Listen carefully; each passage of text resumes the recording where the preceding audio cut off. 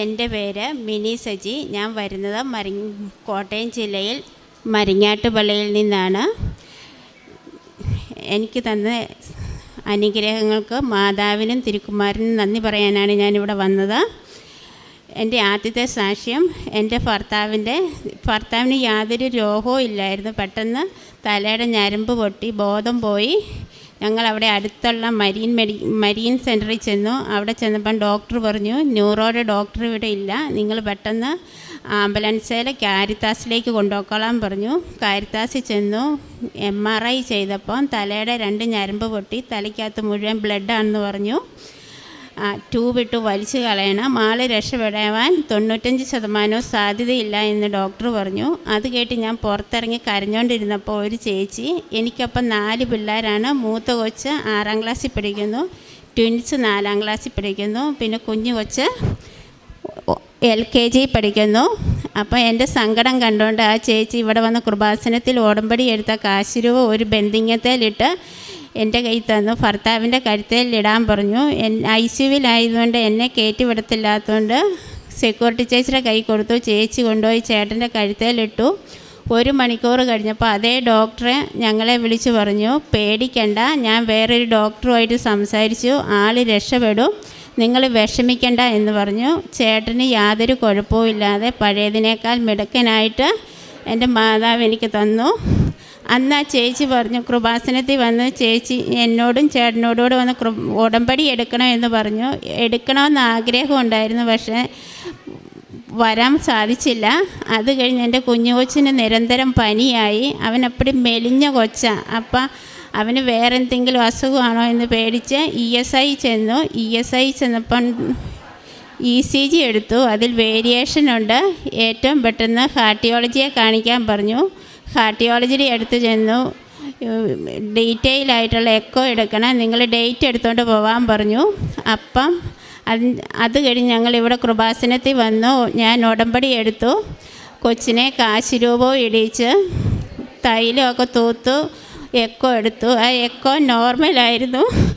അന്ന് മുതൽ ഇന്ന് വരെ എൻ്റെ കുഞ്ഞിനെ പനിച്ചിട്ടില്ല.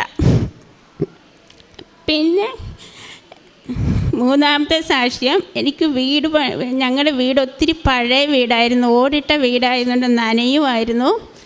അപ്പം ഒരു ചെറിയ വീടെങ്കിലും വേണം, വാർക്ക വീട് വേണമെന്ന് ആഗ്രഹിച്ചു. 15 വർഷമായിട്ട് ആഗ്രഹിച്ചതാണ്. അപ്പം പല പ്രാവശ്യം വീടിൻ്റെ പണി തുടങ്ങാൻ ആഗ്രഹിക്കും, പക്ഷേ നടക്കുന്നില്ലായിരുന്നു. ഇവിടെ വന്ന് കൃപാസനത്തിൽ വന്ന് ഉടമ്പടി എടുത്തപ്പം ഉടമ്പടി ധ്യാനത്തിൽ അച്ഛൻ പറയുമായിരുന്നു, ഇവിടെ കൃപാസനത്തിൽ കോടികളുടെ ജപമാലയുടെ ആസ്തിയുണ്ട് എന്ന് അച്ഛൻ പറയുമായിരുന്നു. അതുപോലെ ഞാൻ ഓർക്കും, എൻ്റെ കയ്യിലൊന്നുമില്ല, എൻ്റെ മാതാവിനറിയാം. ഉടമ്പടിയുടെ ശക്തി. ഞാൻ വീട് പണി തുടങ്ങി. 1650 സ്ക്വയർ ഫീറ്റിൻ്റെ വീട് പണി, ടൈലിൻ്റെയും ഗ്രാനൈറ്റിൻ്റെ എല്ലാം പണി തീർത്തു തന്ന മാതാവ്. കൊച്ചിൻ്റെ ആദ്യ കുർബാന ഏപ്രിൽ 20-ാം തീയതി. അന്ന് വെഞ്ചിരിപ്പ് നടത്തണമെന്ന് ആഗ്രഹിക്കുന്നു. ഉടമ്പടി എടുത്തു എന്നുള്ള ഒറ്റ ആസ്തിയിലാണ് വീട് പണി തുടങ്ങിയത്. പിന്നെ ചെറിയ ചെറിയ അനുഗ്രഹങ്ങൾ മാതാവ് എപ്പോഴും തരുന്നുണ്ട്. തൈലം വേദനകൾ വരുമ്പം തൈലം തൂത്തും കാശ് രൂപ ഇട്ടും എൻ്റെ കുഞ്ഞുങ്ങൾക്ക് രോഗത്തിൽ നിന്നൊക്കെ മാറ്റം വരുന്നുണ്ട്. അത് ഉടമ്പടി എടുത്ത പിന്നെ ആശുപത്രിയിൽ പോകേണ്ട അവസ്ഥ മാതാവ് തന്നിട്ടില്ല. കൂടുതൽ പ്രാർത്ഥിക്കാനും മാതാവിനെ ഈശോയും കൂടുതൽ സ്നേഹിക്കാനും അവസരം തന്ന തിരുക്കുമാരനും മാതാവിനും നന്ദി പറയുന്നു. കൂടുതൽ ദിവസങ്ങളിൽ പള്ളിയിൽ പോവാനും ഉപവാസം എടുക്കാനും മറ്റുള്ളവർക്ക് വേണ്ടി പ്രാർത്ഥിക്കുവാനും, മറ്റുള്ളവർക്ക് രോഗമാണ്, അടുത്തുള്ളവർക്ക് രോഗമാണെന്ന് പറയുമ്പോൾ തൈലം കൊണ്ടുപോയി തൂക്കുവാനും കൂടുതൽ കൊന്ത ചെല്ലാനും ബൈബിൾ വായിക്കാനും ഒക്കെ ഉടമ്പടി സഹായിച്ചിട്ടുണ്ട്.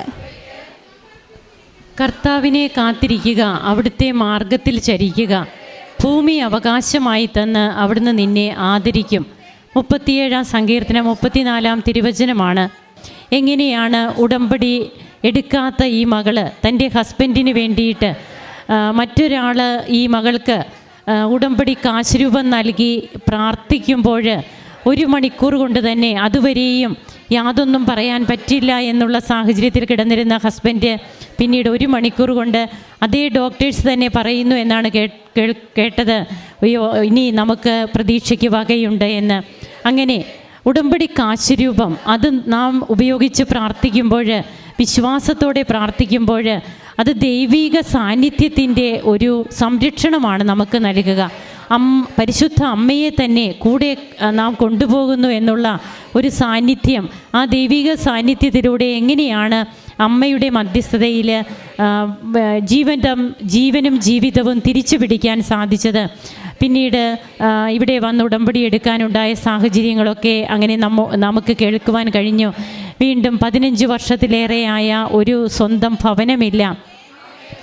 ആ ഭവനത്തിൻ്റെ പണികളുമൊക്കെ എങ്ങനെയാണ് പരിശുദ്ധ അമ്മയുടെ തിരുനടയിൽ വന്ന് അമ്മയോട് പ്രാർത്ഥിക്കുമ്പോൾ അതിനൊക്കെ എങ്ങനെ മാർഗങ്ങൾ തെളിയുന്നു. അങ്ങനെ സ്വന്തമായിട്ട് ഒരു ഭവനം ഇപ്പോൾ തങ്ങൾക്ക് ലഭിച്ചു.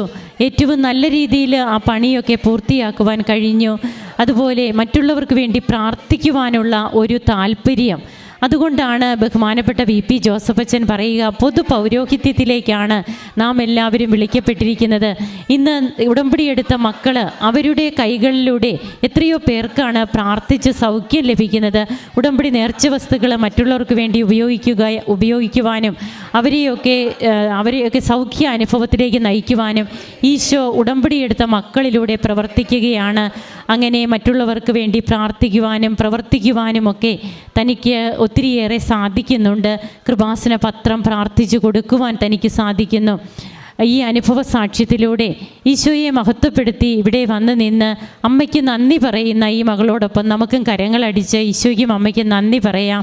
യേശുവേ നന്ദി, യേശുവേ സ്തുതി, യേശുവേ ആരാധന.